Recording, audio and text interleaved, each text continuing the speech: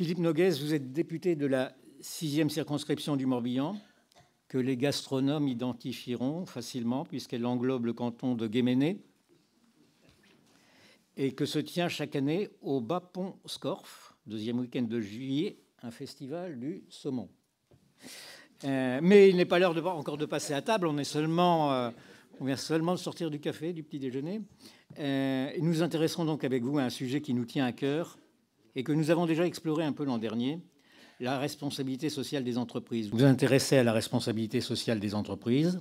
Vous êtes l'auteur d'un essai « Responsabilité sociale des entreprises, concilier démocratie sociale, écologie et compétitive » qui a été publié par la Fondation Jean Jaurès en septembre 2013. Dans ce domaine de la RSE, la question de la médiation, de sa place, et donc de la confiance qui est nécessaire pour que se développe la responsabilité, la question de la confiance est ici fondamentale. C'est donc riche non seulement de vos recherches, mais également de vos expériences d'élus, notamment sur le terrain difficile des problèmes environnementaux, que vous allez nous entretenir, avant, bien entendu, comme je l'ai dit tout à l'heure, d'ouvrir les échanges avec la salle. Et je commencerai par vous parler, dans un premier temps, avant de vous parler de la RSE, de la manière dont le rôle des élus sur le terrain évolue, pour aller justement parfois sur un rôle de médiateur et la nécessité de créer la confiance sur les territoires. Et je vais illustrer mon propos par un exemple concret sur lequel je vais m'attarder un petit peu parce que je crois qu'il est assez représentatif. Et puis j'enchaînerai donc dans un deuxième temps en faisant le lien avec un de mes engagements politiques forts qui a été évoqué, celui de la responsabilité sociale et environnementale des entreprises. Alors pour essayer de rester dans le cadre des 10 minutes, j'ai essayé de cadrer un petit peu parce que j'ai une expérience concrète de terrain assez compliquée, donc je vais essayer de le faire de manière synthétique quand même malgré tout. Il y a un an à peu près, oui il y a un an, au mois de janvier 2014, à l'époque des vœux, dans une petite commune du centre-Bretagne, j'étais interpellé par le président d'une entreprise agroalimentaire. Alors c'était ni le poulet ni le porc, ils font des légumes. Vous voyez, pour une fois, c'était pas les problématiques qu'on a pu rencontrer jusqu'ici. Mais c'est une entreprise qui fait 350-400 employés. Donc dans le centre-Bretagne, c'est un enjeu social particulièrement important. Et une entreprise qui à capitaux belges, qui, on peut imaginer une entreprise de 400 personnes située en plein centre-Bretagne, assez loin des axes de circulation, avec des actionnaires qui aimeraient mieux les voir un petit peu plus loin.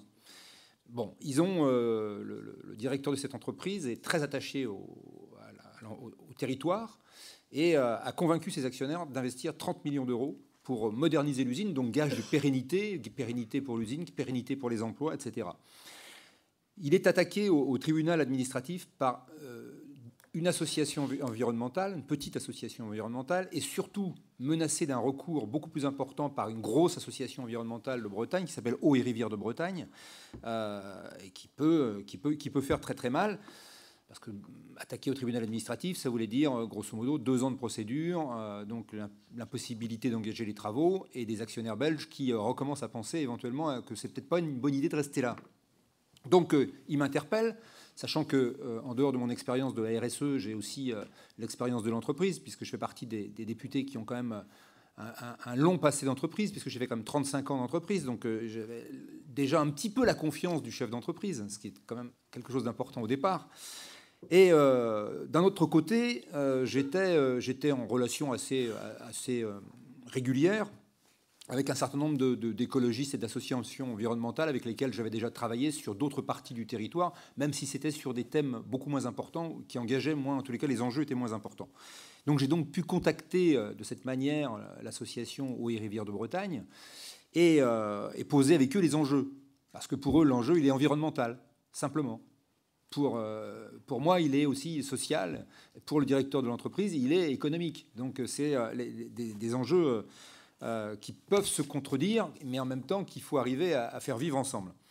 Et surtout, j'ai réussi à obtenir, ce qui était pratiquement fou dans l'ambiance de l'époque, qu'ils arrivent à se rencontrer. Parce que les recours au tribunal administratif se font sans que les personnes se parlent. Donc c'était quand même assez extraordinaire. Une rencontre donc, que j'ai présidé avec des représentants de l'entreprise et des représentants de Haut et Rivière de Bretagne, sur terrain neutre, hein, parce qu'il faut faire très attention, à 200 km, à Rennes, à 200 km du lieu de l'usine, sur terrain neutre, donc, et qui leur a permis de se parler pour la première fois. C'était la première fois qu'ils se parlaient. Donc, je peux vous dire que ce jour-là, le maître mot, c'était pas vraiment le mot confiance. Hein. Les premiers échanges ont été assez tendus, on va dire. Hein, donc, mais à la fin de cette première réunion, ils échangeaient les cartes de visite et le dialogue était posé. Et bon, alors les choses ne sont pas toutes faites comme ça, pas aussi simplement que je vous le raconte, parce qu'il a fallu, je synthétise, hein, mais après plusieurs réunions, on est arrivé finalement à faire en sorte que Haut et Rivière de Bretagne accepte de retirer ce recours. Et j'étais encore au téléphone hier soir avec le directeur de l'entreprise, et je pense que dans les semaines qui viennent, dans les mois qui viennent, ils vont pouvoir engager les travaux et donc pérenniser la vie de l'entreprise. Et en même temps, Haut et Rivière de Bretagne a obtenu un certain nombre d'avancées environnementales de la part de l'entreprise pour respecter leurs engagements à eux. Et donc, voilà. Donc je crois que c'est un exemple concret qui est assez parlant de ce que peut faire aussi un député dans son rôle de médiateur local. Et c'est forcément, ça m'amène à mon deuxième thème, je ne sais pas si, j'espère que je suis encore dans les temps, pour vous parler un petit peu d'un engagement politique fort sur lequel je suis engagé depuis le début du mandat, puisque j'ai été 35 ans en entreprise, mais j'ai été aussi délégué syndical dans l'entreprise où j'étais. Et quand je suis arrivé à l'Assemblée nationale, je me suis retrouvé dans la commission développement durable. Donc le lien était fait, responsabilité sociale, environnementale des entreprises, et ça a été un engagement tout de suite assez fort. Et donc je fais partie moi aussi de la plateforme responsabilité sociale et environnementale des entreprises, qui regroupe les organisations patronales, syndicales, les ONG, la société civile en règle générale, les médiateurs d'ailleurs aussi, qui y sont. Et puis donc voilà, donc un endroit où justement il faut beaucoup de médiation aussi. Et puis la RSE, pour moi, fait écho justement à toutes ces problématiques et constitue un levier de création de confiance, alors à la condition qu'elle soit mise en œuvre avec sincérité et non pas, comme on l'a reproché pendant très longtemps, comme un outil de greenwashing. Je crois que c'est une précision liminaire importante parce que dans ce cas-là, l'effet, il est au contraire clairement contre-productif, mais ce n'est pas de cette manière-là qu'on envisage les choses. Et parmi les concepts essentiels qui sont mis en application au travers de la RSE, il y en a un qui est particulièrement important, c'est celui de partie prenante. Alors entendu comme l'ensemble des acteurs concernés, hein, directement ou indirectement par les activités d'entreprise. Et ces parties prenantes peuvent être internes, ce sont les dirigeants, les salariés, les filiales, les actionnaires aussi, qu'il ne faut pas oublier, ou externes, qui sont les sous-traitants, les fournisseurs, mais aussi les clients, mais aussi les riverains éventuels, mais aussi les ONG, comme dans l'exemple que je viens de vous citer avec l'entreprise Ardo.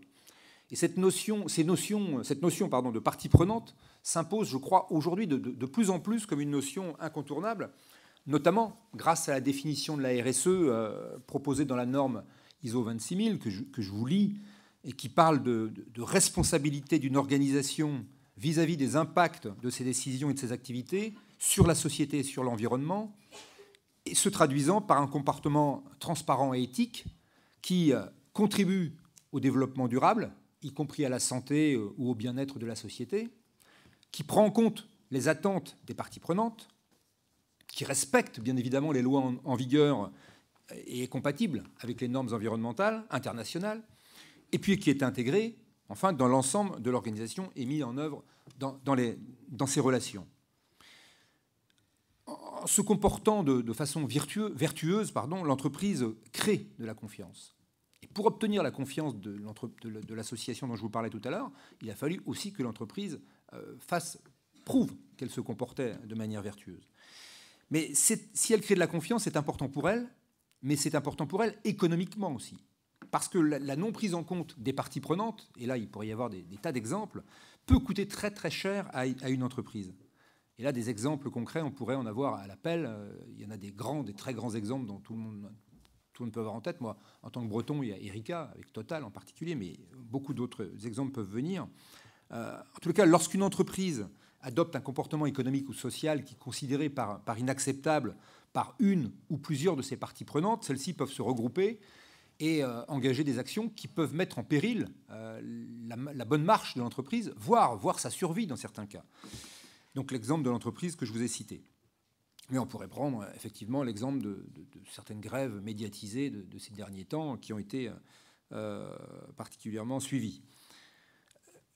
Le capital immatériel de l'entreprise, et ça c'est quelque chose d'important aussi pour les chefs d'entreprise, c'est à commencer donc par son image de marque, peut être durablement impacté par un conflit de ce type, d'où l'importance, et c'est vrai à l'international, hein, tout le monde a en tête le Rana Plaza par exemple, qui a impacté l'image quand même d'un certain nombre d'entreprises françaises et européennes. D'où l'importance croissante pour les entreprises d'agir en amont, en veillant à entretenir un climat de confiance et de dialogue avec leurs parties prenantes. Alors, cela posé, ça ne résout pas les problèmes totalement. De nombreuses questions restent en suspens. Comment l'entreprise doit-elle identifier ses parties prenantes? Les parties prenantes externes sont-elles toutes légitimes à être consultées? Et dans quelles conditions? Comment leur rôle s'articule-t-il avec celui des parties prenantes internes? Parce que c'est aussi parfois des conflits. Et comment s'organise le dialogue? Sous le contrôle de qui? À l'initiative de qui? Voilà, dans l'exemple où j'étais, par exemple, c'était le député. Ce n'était pas un médiateur professionnel, mais ça peut être à l'initiative de qui? En tous les cas, je crois que c'est un chantier en cours, mais un chantier d'avenir sur lequel les élus et les responsables politiques se doivent vraiment d'avancer. Parce que si la création de confiance passe nécessairement par une meilleure prise en compte des parties prenantes par les entreprises, comme je viens de vous l'expliquer, on ne peut pas non plus totalement se contenter de se fier aux bonnes pratiques de certaines entreprises et aux seules lois du marché. D'ailleurs, dans certains domaines, le dialogue est déjà institutionnalisé et formalisé. On peut penser, par exemple, et j'étais confronté à cet exemple dans celui que je viens de vous citer, le dispositif d'enquête publique, par exemple. Donc sans pour autant chercher à réglementer, même si je n'oublie pas que je suis législateur, mais sans pour autant chercher à réglementer dans le détail les modalités de dialogue entre parties prenantes et entreprises, le législateur et les élus ont, je crois, la responsabilité de veiller à ce que le dialogue progresse, que la confiance s'installe et puis s'impose progressivement comme une manière normale et standard, on va dire, de se comporter en affaires. Voilà ce que je voulais vous dire, moi, ce matin, sur ce sujet de la confiance. Voilà. Merci à vous. Guillaume Agrome, élève manager à l'ISMAP. Ma question s'adresse à monsieur le député Noguès. Quand on voit les petits patrons venir manifester dans la rue, est-ce qu'aujourd'hui la confiance pour les entreprises ne passe-t-elle pas d'abord dans la confiance dans le gouvernement plutôt qu'avec d'autres parties prenantes? Merci. C'est la question que j'aurais préféré éviter.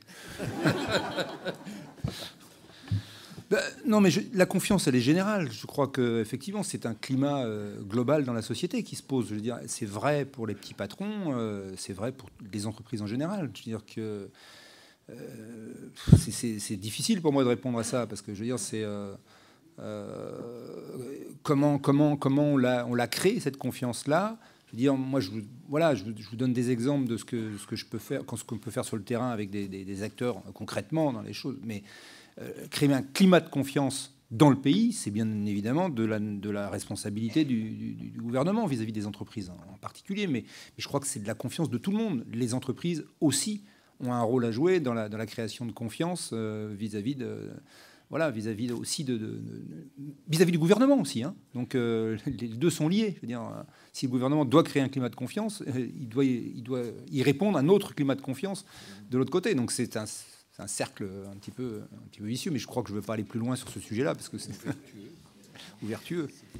Voilà, à Paris, vous êtes connu dans le monde politique comme l'homme qui s'est présenté contre Rachida Dati, dont vous avez été, je cite un titre de l'hebdomadaire Le Point, vous avez été le cauchemar de Rachida Dati. Alors vous êtes conseiller municipal de cet arrondissement, vous n'êtes pas ici en qualité d'élu parisien, mais au titre du Conseil économique et social et environnemental, où là vous êtes tout le contraire, du moins je l'espère pour lui, tout le contraire du cauchemar du président Jean-Paul Delevoye, puisque vous êtes son directeur de cabinet. Un rôle de premier rang, car Outre l'importance que tient le CESE dans la vie des institutions, ce conseil est également, je ne dirais pas une entreprise, mais pour le moins un collectif de travail dans lequel œuvrent d'une part les quelques 233 conseillers qui représentent les forces vives de la nation, mais aussi 145 fonctionnaires permanents et des contractuels spécialisés. Organiser, harmoniser, donner du sens à l'ensemble des travaux de ce conseil, ce n'est pas une chose aisée. Et là aussi, la question de la confiance à établir est tout autant au premier plan. C'est donc sur ce thème que je vous donne la parole. Merci, Monsieur Potriclet, merci Gabriel et merci Isabelle de nous accueillir, parce que vous avez oublié, si je peux me permettre, être un cauchemar c'est une chose, mais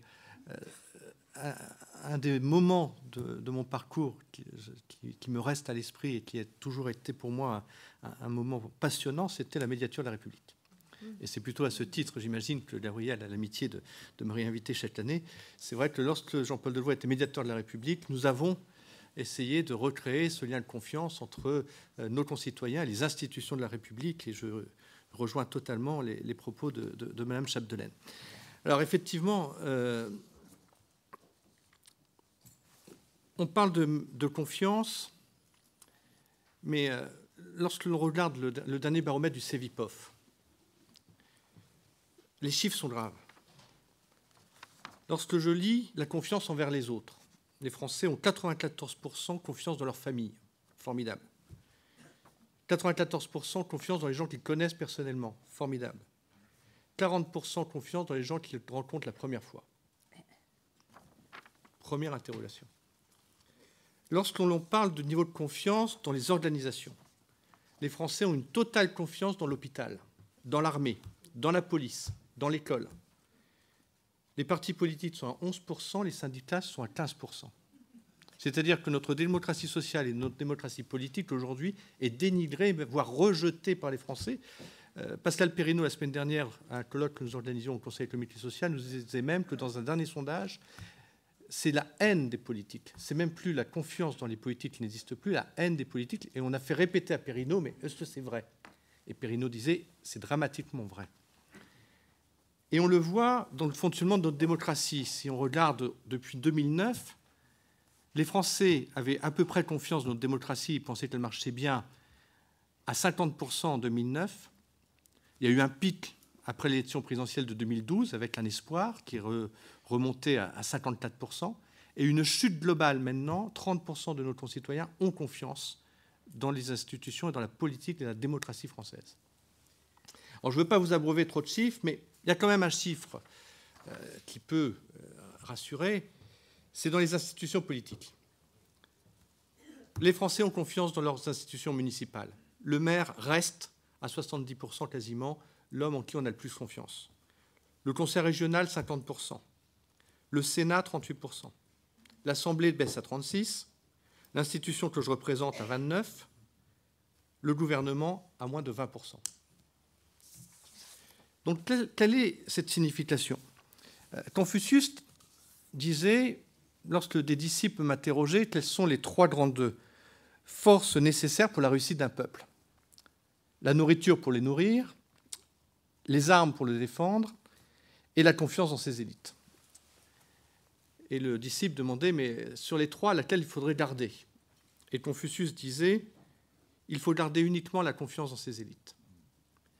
Or, aujourd'hui, nous sommes rentrés dans une société de défiance, de déception, et le dialogue social que nous essayons de pratiquer au Conseil économique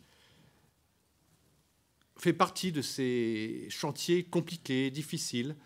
Lorsque vous avez des postures qui sont prises à l'extérieur entre le MEDEF, la CGT, entre la CGPME et puis la CFDT, entre la FNSEA et le France Nature Environnement, et que vous voyez qu'à l'intérieur d'un même lieu clos, ils réussissent à se parler, ils réussissent à construire des choses, ils réussissent en toute confiance à travailler ensemble, la posture extérieure l'emporte malheureusement sur le travail intérieur. Et c'est une de nos analyses que Jean-Paul Delevoye essaie de développer, c'est que notre société actuellement n'est pas en crise, elle est en métamorphose. Si on prend trois grands événements, 95, la campagne du président Chirac était sur le thème de la fracture sociale. Comment je fais pour vivre avec l'autre et pour travailler avec l'autre? campagne de 2002, la campagne électorale de 2002 était basée sur les problématiques de sécurité. Comment je fais pour vivre en me protégeant de l'autre? C'est-à-dire qu'on a basculé en 7 ans de temps d'un climat de confiance et d'espoir dans le pays à un climat de méfiance et de défiance vis-à-vis de l'autre. Campagne de 2012, c'était pas, et je suis désolé de le dire à cette tribune, c'était pas une campagne d'adhésion pour un candidat contre un autre candidat, c'était une campagne de rejet d'un candidat et d'adhésion par défaut à un autre candidat. Et on s'est retrouvé dans une situation où on avait un président de la République qui était totalement clivant, qui était M. Sarkozy, à aujourd'hui une autre situation où un président de la République a aussi clivé en mettant dans la rue des gens, à tort ou à raison, parce qu'il y a eu des têtes sociétaux qui ont fait cliver notre société. Donc on se retrouve dans une situation où le pays a besoin de retrouver sa confiance, de retrouver sa confiance dans les élites, de retrouver sa confiance dans notre pacte républicain. Quand vous rencontrez des gens, à la médiature, nous l'avons fait, au Conseil économique, nous les rencontrons régulièrement. Aujourd'hui, la solidarité intergénérationnelle est en train d'être réduite. Les jeunes nous disent, attendez, vous nous avez laissé un pays dans quel état? Problème de retraite, problème de protection sociale, problème d'environnement. Est-ce que vous pensez que nous, on paiera pour les bêtises sur lesquelles vous avez travaillé pendant 30, 40 ans, toute majorité confondue? Il y a actuellement dans l'état d'esprit de notre jeunesse un état d'esprit de plus en plus contestataire par rapport au pacte républicain issu du Conseil national de la résistance. Chose des territoires, on remet de plus en plus en cause la solidarité territoriale. Aujourd'hui, on se retrouve avec les régions riches qui disent « mais pourquoi je paierai pour les régions pauvres ?»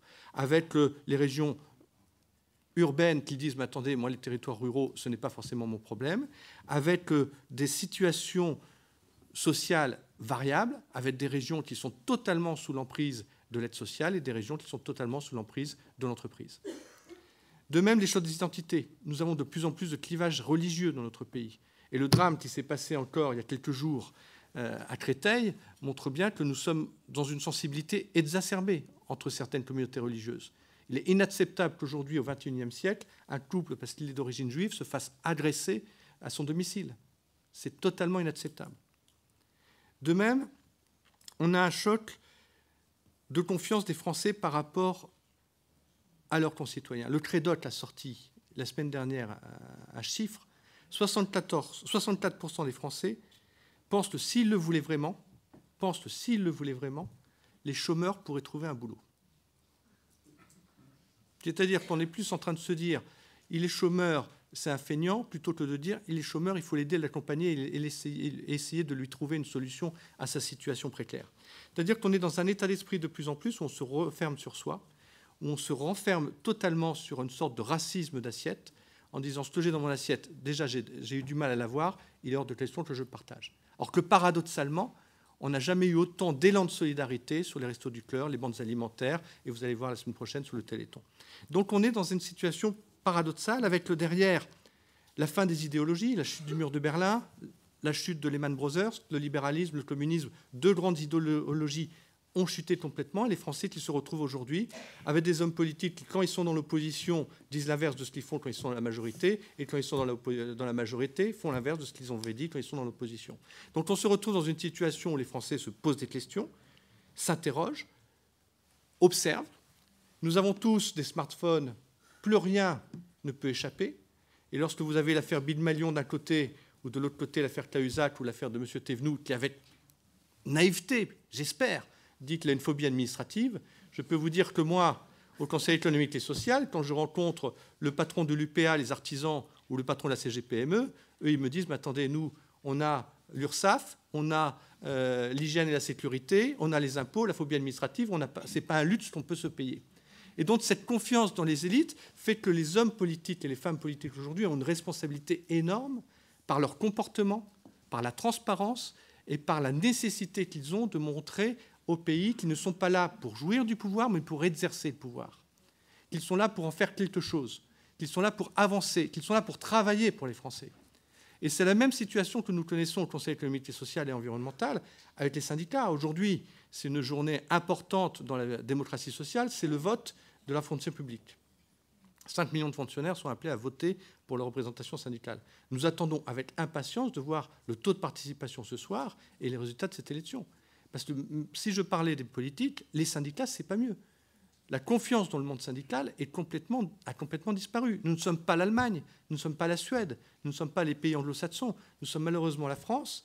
Et les Français, aujourd'hui, se disent mes syndicats, quand on voit l'affaire de M. Le Pen, quand on voit ce qui se passe dans d'autres syndicats, pourquoi leur faire confiance? Et là aussi, il faut restaurer le syndicat, il faut restaurer le politique. C'est tout le combat que Jean-Paul Delevoye veut mener et essaye de faire à travers l'action du Conseil économique, en disant il faut recréer des chantiers républicains.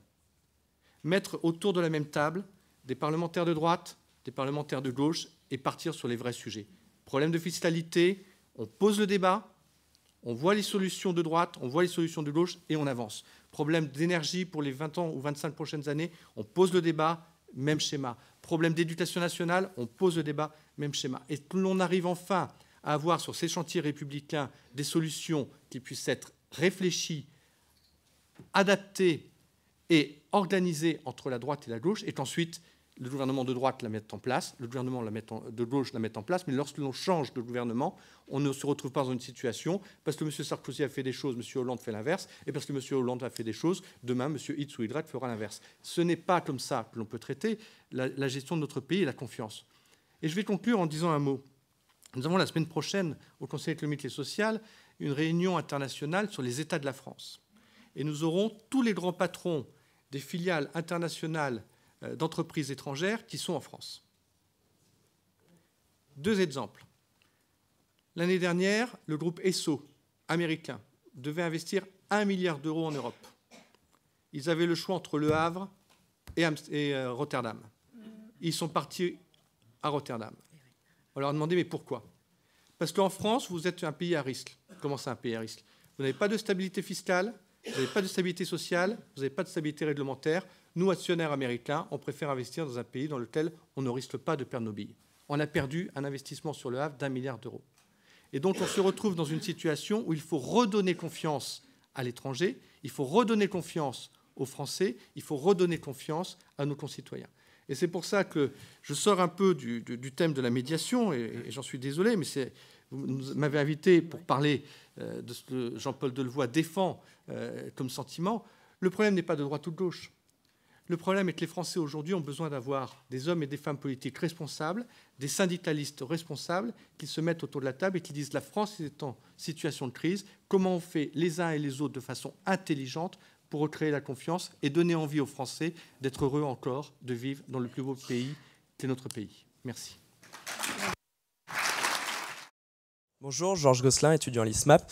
Madame la députée, monsieur le député, ma question s'adresse peut-être un peu aux deux. Vous avez, Madame la députée, parlé de la démocratie participative qui partait plutôt du citoyen, quand M. Leroux lui disait qu'il fallait que les élites regagnent la confiance du peuple.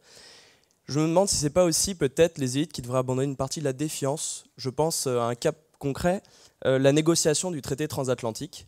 On ne sait pas vraiment qui le négocie. Et il y a eu une tentative cet été de communication de la part de la Commission européenne avec une séance par Twitter qui a fini avec une grande leçon d'arrogance des gens qui représentaient l'Europe pour négocier. Est-ce que dans le cas de négociations aussi importantes, ou pour des enjeux vraiment qui touchent donc toute l'Europe, qui sont beaucoup plus forts, ne faudrait-il pas qu'il y ait peut-être plus de participation du citoyen par, non pas une nomination, mais en tout cas des élections pour certains membres de ce genre de comité? Merci. Bon, Monsieur Karesh. Non, mais je suis d'accord avec ce qui vient d'être dit. D'ailleurs, c'est l'objectif du ministre actuel, Matthias Fekl, que de ouvrir, en tous les cas en termes d'information, les éléments de cette négociation au grand public et à tous ceux qui s'y intéressent. La difficulté dans ce type de négociation, et là il faut assumer aussi un certain nombre de choses, c'est qu'il peut y avoir des éléments un peu confidentiels qui sont nécessaires à la réussite même de la négociation. Bon. Donc il est toujours difficile, effectivement, d'assurer une totale transparence. Et en disant cela, je mesure évidemment que cette opacité, elle entretient le doute sur la négociation elle-même. Maintenant, je crois qu'il y a eu une prise de conscience assez forte au niveau européen de cette problématique. Et donc, la France a demandé que les éléments de cette négociation soient publics. Bon, alors, je pense que les choses sont prises en compte. Alors, moi, je suis tout à fait favorable à ce qu'on appelle la démocratie participative, en tous les cas, au fait qu'on associe beaucoup plus les citoyens. On pourrait le faire tout à fait ici, beaucoup plus, au niveau de l'Assemblée nationale. Moi, je serais tout à fait d'accord qu'on peut le faire en plus avec des outils informatiques, Internet, etc., et de communication très développés. On pourrait très bien ouvrir une phase de consultation sur tous les projets de loi. C'est vrai que Maria Chapdelaine l'a dit, quand on est rapporteur, on procède à des auditions nombreuses. Il y a un travail très important qui est fait.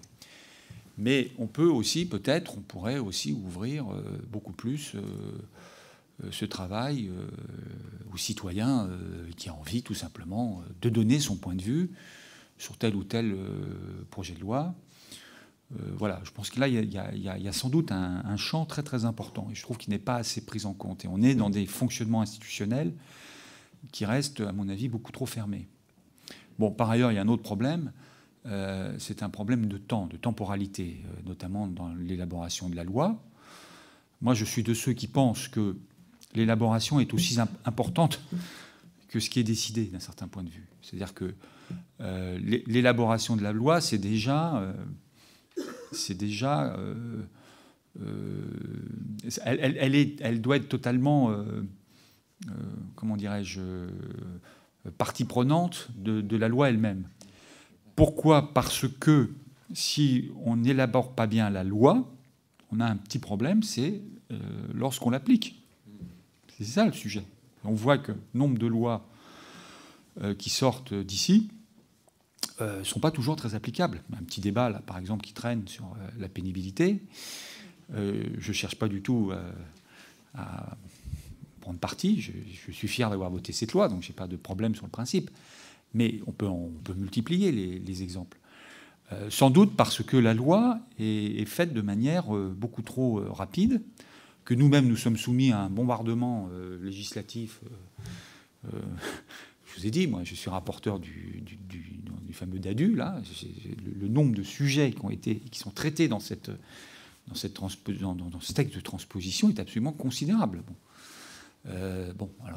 Et aurait mérité sans doute beaucoup plus de temps, etc. Donc il y a cette problématique qui doit être prise en compte. Et bon, alors le Conseil économique et social, environnemental, fait un gros travail d'ailleurs là-dessus. Il y a une articulation à rechercher aussi par rapport à cela. Je crois que beaucoup de la défiance des citoyens qui a été évoquée, il y a évidemment les problématiques de corruption, tout simplement, qui existent. Il ne faut pas les nier. Je pense que d'ailleurs sur ce plan-là, on a plutôt progressé ces dernières années, avec un paradoxe d'ailleurs, c'est que quand on progresse sur ces questions, il y a un effet de révélation. C'est-à-dire qu'il y a de plus en plus de gens, effectivement, qui ont des problèmes avec la justice ou avec un certain nombre d'institutions. Alors évidemment, quand ils n'en avaient pas, ça ne se voyait pas. Maintenant qu'ils en ont, ça se voit.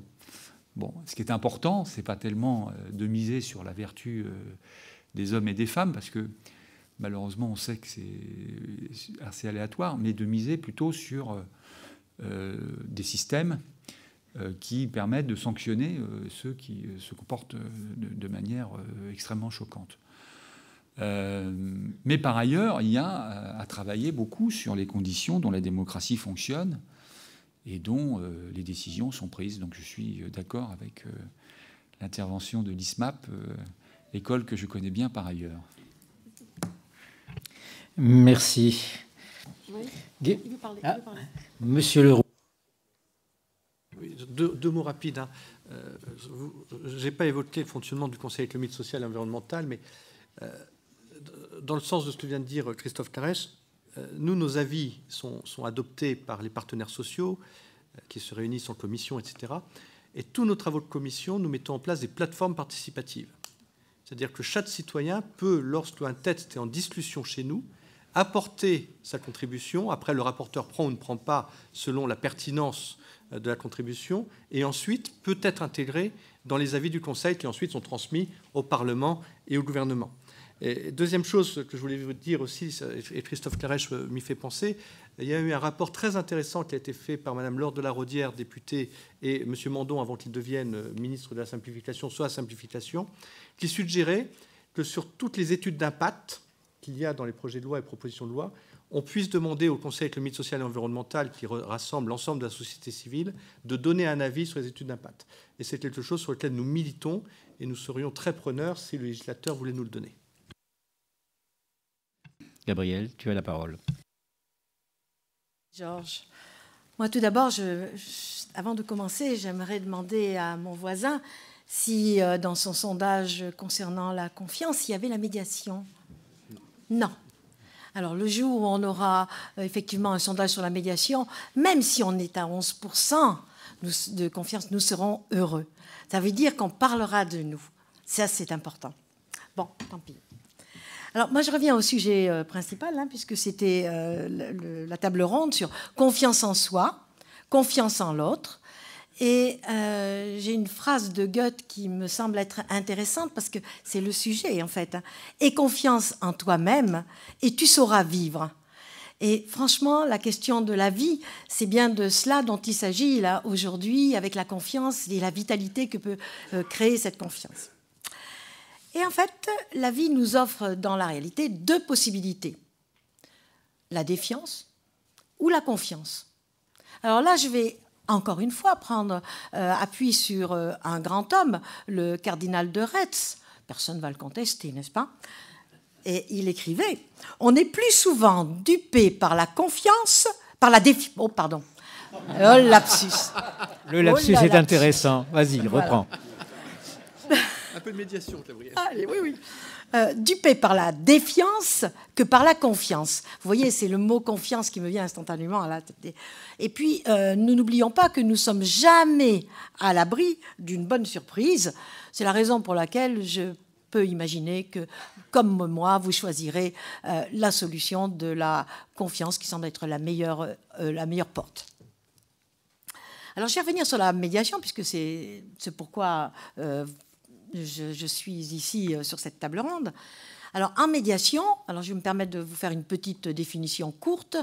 Donc, c'est un processus, d'abord, coopératif, extrêmement intéressant, l'idée de la coopération, de prévention, donc ce n'est pas simplement le règlement des différends, mais vraiment la prévention aussi, donc en amont, de prévention et de règlement des différends par les parties elles-mêmes.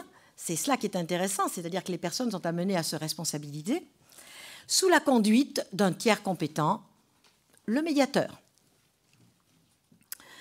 Donc en médiation, disais-je, et là je reprends le terme de confiance donc, que les Grecs, d'après Emmanuel Nall, appelaient le beau risque à courir. Et je trouve que cette périphrase est vraiment intéressante. Le beau risque à courir, c'est celui que prennent en fait les personnes qui décident d'aller régler leurs problèmes en médiation, déjà.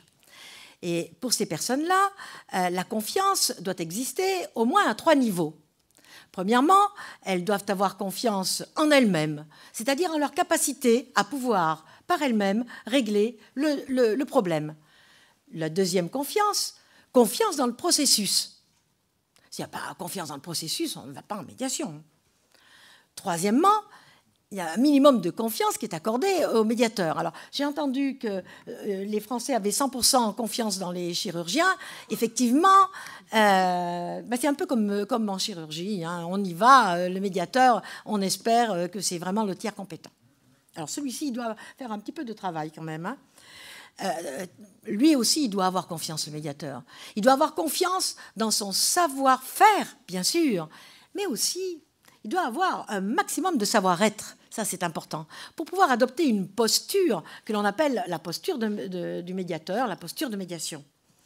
Et puis aussi, il doit avoir cette capacité qui est vraiment indispensable de faire confiance aux personnes qui viennent en médiation. Même si ces personnes-là émettent des doutes, il faut qu'ils aient confiance et vous allez voir, ça marchera. Dans la réalité, effectivement, c'est moins joyeux. Les personnes ne viennent pas tout à fait spontanément, hein, vous le savez bien. Donc les personnes, elles sont souvent pétries de doutes, des j'y vais pas. Même nous, les médiateurs, nous n'avons pas, parfois, le premier réflexe n'est pas aller dans médiation. Donc, ce que je veux dire, c'est que les personnes ont des doutes, c'est normal. Elles ont même parfois pas mal de défiance par rapport au processus, qui est mal connu. Effectivement, même en droit, la loi ne définit pas le processus. Donc, on fait ce qu'on peut.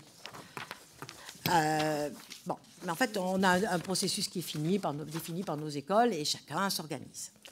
Ils viennent en médiation, donc, parce qu'ils sont plus ou moins contraints, à la fois par la famille. Ça peut être le juge aussi qui crée une contrainte, leurs conseils, leurs voisins, etc., etc. Alors, le travail du médiateur est alors vraiment, vraiment très important, car le pilier de la médiation, c'est vraiment la confiance. C'est vraiment de par là que les choses vont pouvoir s'organiser et pouvoir se faire de manière intéressante et optimale pour les personnes qui sont présentes. La confiance, c'est vraiment le terreau de la fertilité qui permet le changement. C'est aussi, tu sais, ces gouttes d'huile dans les rouages, dans les rouages de la relation, qui vont permettre à la fois une écoute active. Alors, on est très sensibles, nous, les médiateurs, à active, l'écoute active, et également l'aboutissement qui est une compréhension du problème vu par l'un comme par l'autre. Le médiateur, lui, donc, il a le devoir de construire un espace de médiation. Donc, on a parlé tout à l'heure, j'ai entendu M. Noguès qui parlait d'espace qui était neutre. Ben, nous aussi, on est dans un espace de neutralité.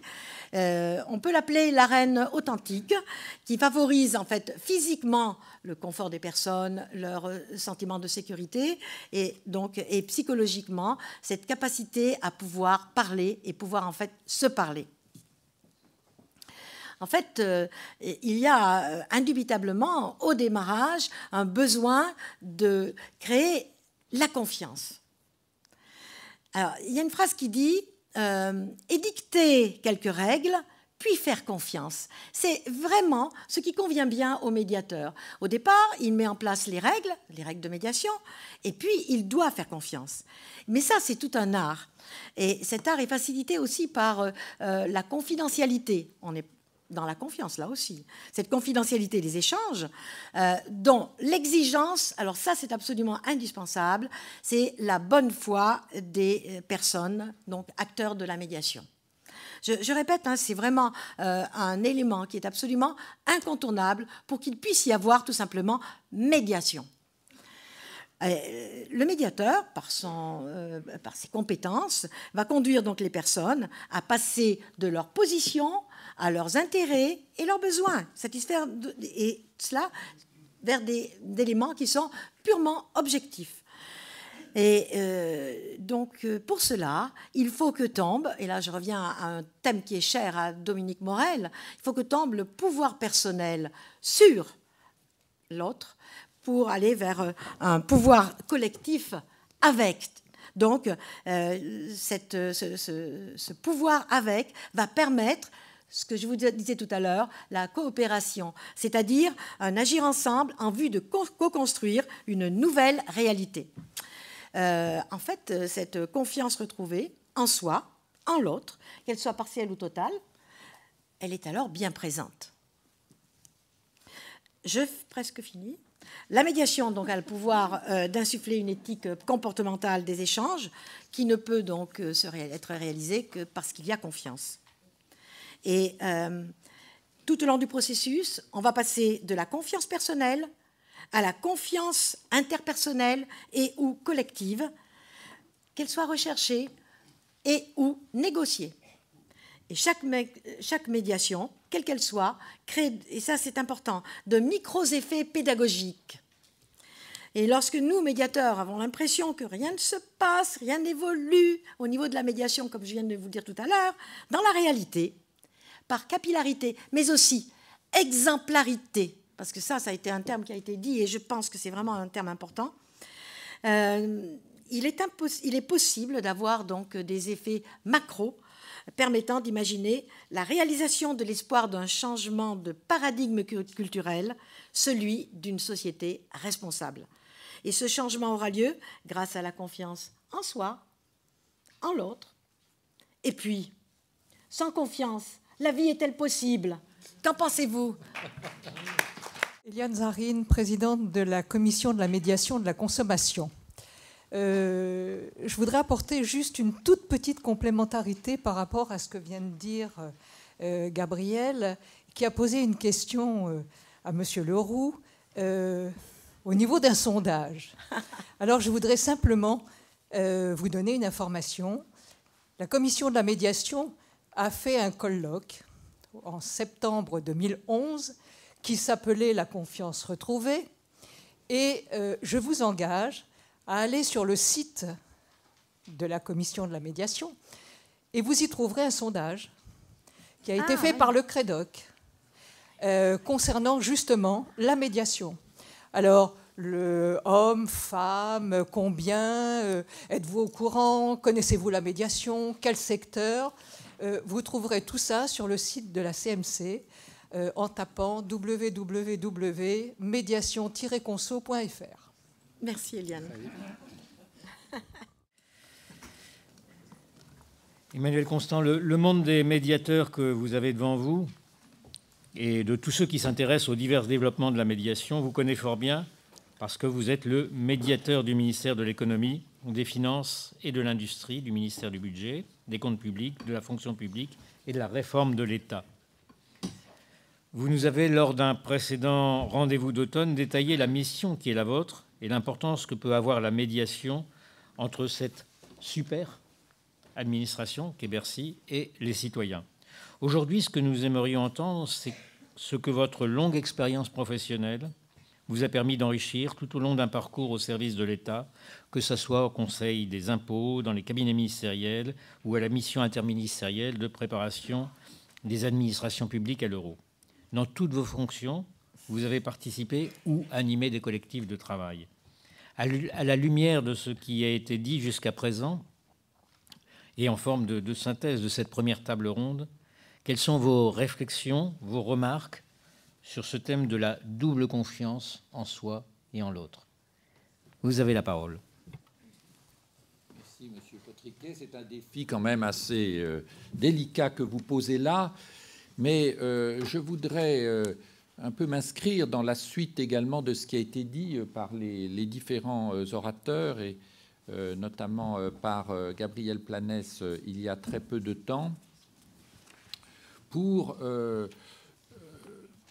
à partir de cette expérience que vous indiquez, souligner qu'il y a un point qui me paraît très important aujourd'hui, où on parle et où on va parler dans le cadre de la transposition de la directive et de tous les autres sujets, des différents qui interpellent les différentes familles de médiation et de médiateurs.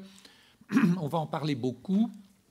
Je crois qu'il y a un rôle très important des médiateurs, des clubs, des associations, de tous celles et de tous ceux qui se préoccupent de médiation, y compris au niveau des pouvoirs publics, bien sûr. C'est dans les mois qui viennent, et assez rapidement, je crois, c'est le besoin d'expliquer et de réexpliquer ce qu'est la médiation. Voyez, parce que nous sommes souvent, et là il y a beaucoup de spécialistes de la médiation, donc on prend pour acquis un certain nombre d'éléments.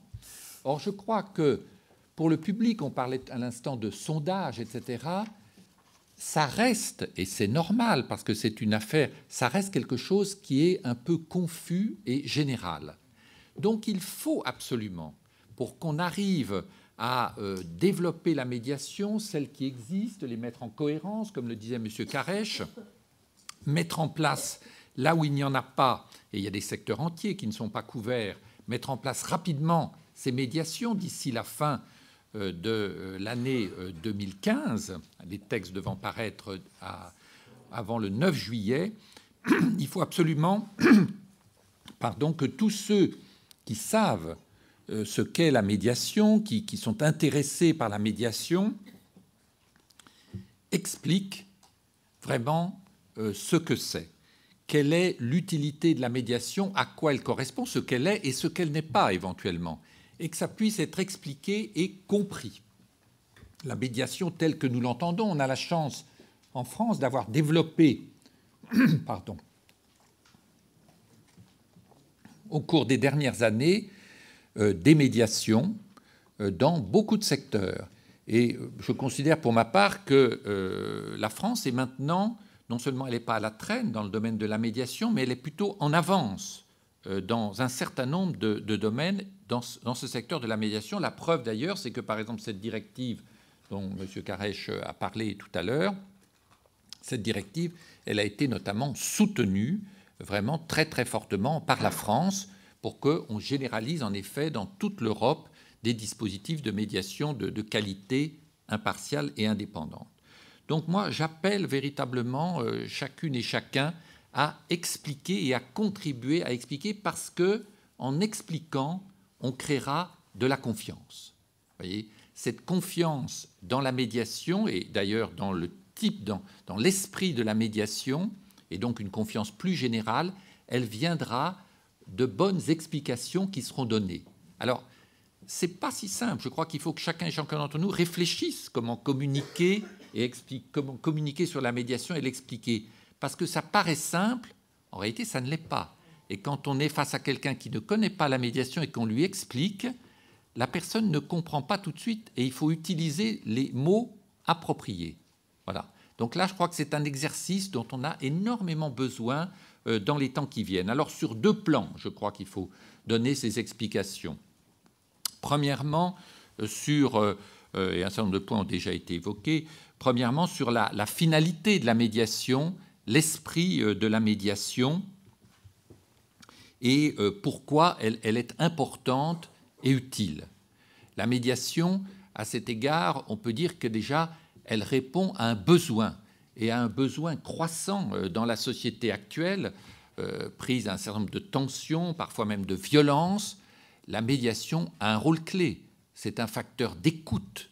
On écoute les parties quand on est médiateur, normalement, et on voit des gens qui viennent vers vous. Moi, je le vois au niveau des médiations dans le domaine des impôts, dans le domaine de tout ce qui concerne les finances. Il y a déjà un besoin d'expliquer son affaire. Une fois que l'explication est donnée, on a presque déjà la solution, parce que les gens se sont exprimés. Souvent, ils n'arrivent pas, ou ils ont l'impression qu'on ne les écoute pas. Donc ce besoin d'écoute, ce besoin de dialogue, ce besoin de construire ensemble des solutions, de rééquilibrer un petit peu, comme disait Francis Frison, c'est vrai qu'entre une grande entreprise, ou même une moyenne, ou une grande administration, etc., et le public, que ce soit le public ou que ce soit une petite entreprise ou une entreprise moyenne, on a l'impression que la balance n'est pas égale. Le médiateur, il rééquilibre, il tente de rééquilibrer les positions en mettant exactement chacune des parties sur le même plan. Et ça, c'est important que les gens le comprennent, vous voyez, qu'on leur explique. Ça, c'est un élément fondamental de la médiation. Donc, besoin, en effet, besoin d'apaisement, bien entendu, dans la relation, dans le lien social. Et la médiation, je pense, y contribue. Et on peut expliquer que finalement, plutôt qu'une décision, c'est un mode alternatif au règlement judiciaire des litiges. C'est vrai que la médiation, elle a l'avantage, disons, à la fin, de réconcilier les parties, de permettre la continuité de la relation. C'est gagnant-gagnant. Et donc ça, c'est quand même tout à fait unique, quelque chose dont on a vraiment besoin aujourd'hui. Donc je crois que, alors on a besoin, bien entendu, que les médiateurs, un autre aspect dans cet esprit de médiation, dans cette finalité, il faut, comme l'a dit Gabriel, des médiateurs qui soient crédibles et donc qui inspirent la confiance. Le médiateur doit être crédible vis-à-vis de chacune des deux parties. Il doit être crédible, bien sûr, vis-à-vis, par exemple, des consommateurs, s'il s'agit d'un litige de consommation, mais il doit être crédible et aussi avoir la confiance des professionnels, du secteur professionnel concerné, des entreprises qui sont concernées. Parce que sinon, on ne fera pas confiance au médiateur, et comme la recommandation du médiateur n'est pas obligatoire, on risque d'avoir, ça se produit dans certains cas, c'est regrettable, des recommandations qui ne sont pas suivies. parce que les professionnels concernés estiment que le médiateur a proposé une chose qui n'est pas adaptée. Donc c'est la double crédibilité, la double confiance qui est nécessaire. Donc je parlais de la finalité de l'esprit de la médiation, mais je vais ensuite, pour terminer, indiquer un autre point qui est important, me semble-t-il, dans les explications à donner sur ce qu'est la médiation, c'est d'expliquer qu'elle est aussi donner des garanties quant à sa bonne organisation. Voilà. Parce que c'est important, les gens ne veulent pas se fier comme ça. Bon, ils veulent avoir confiance dans une personne. N'oublions jamais que la médiation, ce sont des personnes. C'est la grande différence par rapport à un service de réclamation, un service clientèle consommateur qui a tout son rôle dans les entreprises, dans les administrations. Mais la médiation, c'est différent. La personne vient avec son litige, sa difficulté, et elle va vers une personne, Madame X, Monsieur Y, qui est le médiateur. Et ça change tout dans la société d'aujourd'hui, où il y a beaucoup de relations qui sont impersonnelles. C'est normal, d'ailleurs, dans une société complexe, mais là, on a quelque chose de différent. Cette différence, vous pouvez, je crois, on peut insister dans les explications là-dessus, parce que cet aspect de confiance personnelle dans le médiateur, c'est un élément clé. Il faut bien sûr que la bonne foi, comme le disait Gabriel, accompagne. On ne fait pas de médiation quand il y a une des deux parties qui est de mauvaise foi. Ça n'est pas possible. Donc la bonne organisation des choses, c'est une série de mesures que vous connaissez. Il faut, je crois aussi, les expliquer, pas forcément en entrant dans le détail selon à qui on s'adresse, bien sûr, mais je crois que c'est important d'expliquer que le mode de désignation du médiateur est un élément qui garantit son impartialité et son indépendance. Et la directive européenne, de ce point de vue-là, exige des garanties très strictes sur la désignation des médiateurs, notamment des médiateurs d'entreprise. Ceci est très important. Il y a ensuite, bien sûr, la durée, par exemple, du mandat du médiateur. Pendant la durée de son mandat, le médiateur ne peut pas être révoqué par l'institution publique ou privée qu'il a nommée. Ça, c'est un élément important, bien entendu, de sa crédibilité et de la confiance qu'il peut inspirer. Au-delà de cela, du mandat, bien entendu, il y a la question des moyens. Parce qu'un médiateur tout seul, privé de tout moyen matériel, et on lui dit vous êtes le médiateur, débrouillez-vous, on va s'adresser à vous et vous aurez des réclamations, vous ferez des... Non, ça n'est pas possible. Pour pouvoir vraiment être un médiateur indépendant, il faut qu'il puisse non seulement s'appuyer sur un process, mais disposer de moyens propres. La directive européenne, là-dessus, insiste. Moyens en personnel. Moyens, alors ça ne veut pas dire des grandes équipes, des grands services. Si le médiateur, d'ailleurs, a un service trop important, si la médiation devient dans un secteur professionnel, administratif, quelque chose de trop important, c'est que les dysfonctionnements sont graves. Et donc, à ce moment-là, là, il y a un problème qui n'est pas seulement celui de la médiation. La médiation, c'est le recours ultime. C'est le recours ultime, ne jamais l'oublier. Il y a des recours préalables dans nos sociétés et 90-95% des litiges sont réglés au stade antérieur au médiateur, et heureusement, parce que sinon, le médiateur ne pourrait pas faire son travail. Donc, je crois que c'est très important qu'il y ait ces moyens. Alors, ces moyens en personnel, moyens en budget, un petit budget, bien entendu, c'est lié aux moyens en personnel, un site informatique. Voilà, la Commission européenne l'exige, qu'il y ait un site propre pour le médiateur. Ça, c'est très important. Aujourd'hui, c'est l'Internet qui est l'avenir. Comme je le dis d'ailleurs, ça suscite parfois des réactions. L'Internet pour tout le monde. Pour tout le monde. Alors, tout le monde ne peut pas forcément, nécessairement accéder à l'informatique. Mais tout le monde peut être accompagné pour pouvoir régler les choses par l'Internet, ou la plus grande partie des choses. C'est un facteur de compétitivité, d'économie pour tout le monde, que le recours massif est de plus en plus grand à l'informatique, avec l'accompagnement des personnes qui peuvent avoir des difficultés. Et c'est le rôle accompagné. Je vois le carton rouge. Je termine, bien entendu, sur expliquer que, bien sûr, la médiation, c'est rapide. On a des délais, ils sont stricts, on les respecte. C'est toute la différence avec des processus trop longs. Il faut bien sûr qu'on respecte ces délais. Et puis, bon, la gratuité, elle n'existe pas toujours. Il peut y avoir des médiations qui ne sont pas gratuites, mais dans la plupart des cas dont nous parlons, notamment en consommation, et c'est prévu par la transposition à laquelle œuvre M. Carèche, la médiation, elle est gratuite. Il faut à ce moment-là le dire, quand elle est gratuite, quand elle est payante, il faut bien sûr le dire également. Et puis, dernier point que j'évoque, on peut également indiquer que les médiateurs, les médiations font et feront l'objet d'une évaluation objective par des autorités compétentes indépendantes. Et ceci est capital pour la crédibilité et la confiance. Merci. Gilles Duverger-Nedelec, médiateur IEAM. Un mot très fort a été utilisé ce matin, c'est le mot confiance. Un deuxième mot a été utilisé par vous-même il y a quelques instants, c'est le mot crédibilité du médiateur. Alors il y a un mot que j'aimerais entendre, car celui-là n'a pas encore été prononcé, c'est le mot formation. Oui. Formation du médiateur. Est-ce que vous pouvez nous parler de la formation des médiateurs? Merci. J'aurais dû le citer, mais grâce à vous, nous pouvons parler de cet aspect de la formation qui est un élément essentiel, bien entendu, pour la crédibilité et la compétence du médiateur, puisque nous voulons bien sûr, et je crois qu'il faut aussi l'expliquer, c'est que les médiateurs sont des personnes, des personnalités compétentes. Elles sont compétentes notamment par la formation qu'elles ont reçue, qu'elles reçoivent par l'expérience qui est la leur, l'expérience professionnelle, complétée par des formations nécessaires. Cet aspect de formation est inscrit également dans la directive. Il figure déjà d'ailleurs en France dans les dispositions législatives et réglementaires, donc c'est un aspect qui n'aura pas besoin sans doute d'une transposition spécifique, me semble-t-il. Mais cette formation, elle est clé. Et il y a un appel qui a été lancé, la Commission de la médiation de la consommation, préside Madame Zarine, a fait une recommandation pour demander que se développent, par exemple dans le domaine de la consommation, des formations adéquates.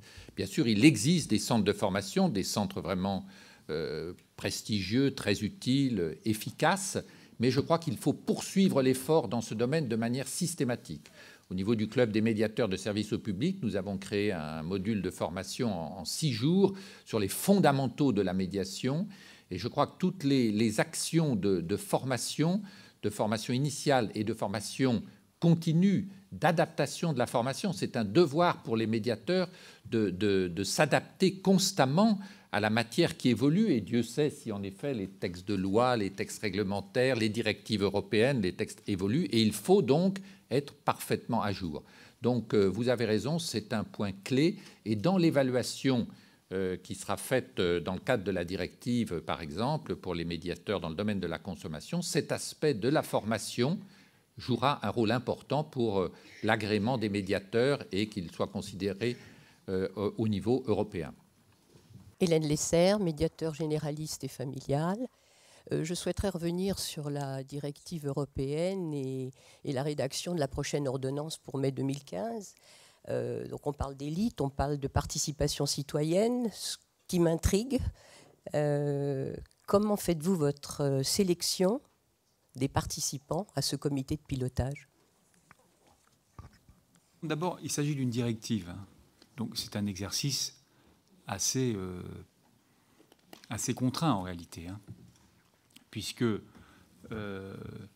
la discussion, enfin les débats ont été tranchés au moment de l'élaboration de la directive. Bon, donc je dis cela parce que on fait une loi dans un cadre quand même très très précis. On ne va pas inventer des choses. Et de toute façon, la loi française doit se conformer à la directive. Sur le comité de pilotage, c'est la ministre qui s'en est occupée plus que moi. Donc, moi, je tenais absolument à ce qu'il y ait évidemment des parlementaires. Deuxième point, il y aura, je crois, un certain nombre de représentants de la médiation. Mais je ne peux pas vous en dire trop à ce stade. Monsieur Constant a peut-être plus d'informations que moi, je ne sais pas. Je crois que le dispositif, le nombre de participants, en effet, les représentants, comme vous venez de le dire, monsieur le député, de 5 représentants des professionnels, 5 représentants des associations, et puis 4 parlementaires, de députés, de sénateurs, et l'ensemble étant, si j'ai bien compris, la ministre, présidée par monsieur Carèche. Philippe Daumont, je profite de vous apporter les cordiales salutations des médiateurs suisses, la Fédération des associations de médiation, en remerciant l'ANM pour sa magnifique journée d'automne. Et ma question, enfin j'aurais tout plein de questions, je les pose brièvement, vous pouvez traiter celles que vous souhaitez. Je ne résiste pas au plaisir de citer un petit proverbe qu'on a en Suisse germanique, j'habite à Zurich, elle dit, je traduis, la confiance c'est bien, le contrôle c'est mieux.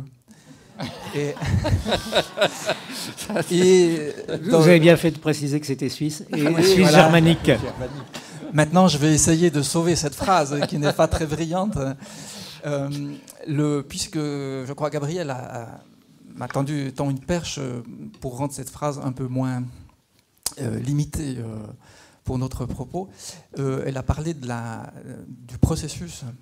Donc, la confiance augmente dans la mesure où le processus est clair. Et si le processus est clair, il faut quelqu'un qui contrôle ce processus et à qui on fait confiance pour contrôler ce processus. C'est ça, je pense, qu'on atteint quand on a une bonne formation en médiation.